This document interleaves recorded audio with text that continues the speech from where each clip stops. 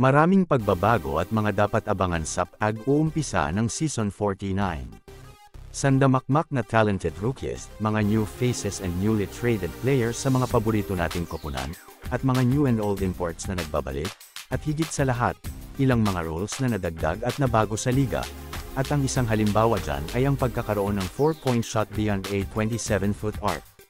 Anyways, ilan lamang yan sa mga dapat abangan sa paparating na Season 49, at kung mapapansin may ilang mga usapin pa ang tila ongoing.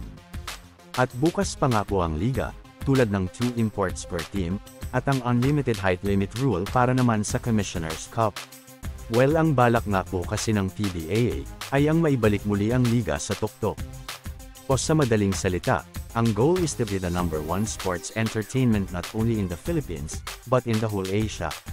Kaya naman po, ganun na lamang din kadami ang mga pagbabago sa PBA nitong mga nakaraang linggo, at inaasahan na madadagdagan pa yan over time. Samantala, kung kayo ang tatanungin mga ka-courtside, sa palagay nyo, mas pag-anda nga ba ang tinatahak ng PBA ngayon sa kanilang direksyon, o just the same around tulad ng dati? Sa kabilang balita naman, sa paparating na Season 49, napakadaming bagong muka ang makikita natin sa Ginebra, may mga newly traded players, at may mga rookies din naman, at not to mention maaaring hindi pa tapos ang Ginebra sa mga trades na kanilang balak ha. Anyways, this off-season ay gumawa nga po ng napakaraming changes ang Ginebra para sa kanilang roster, but among these changes, ay may common dominator, o pagkakatulad.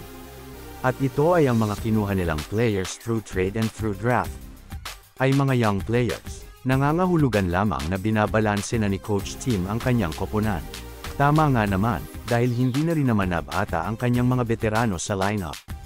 At biruin nyo despite trading ang mga still talented players pa rin naman like Stan Hardinger and Pringle, pero ang nakuha naman nilang kapalit ay Isaac Go na bagamat medyo hilaw pa, at Stephen Holt, na very talented na despite being sophomore next year, ay both players na ito, ay mga mas bata pa compare nga naman kina Pringle at Stan Derringer.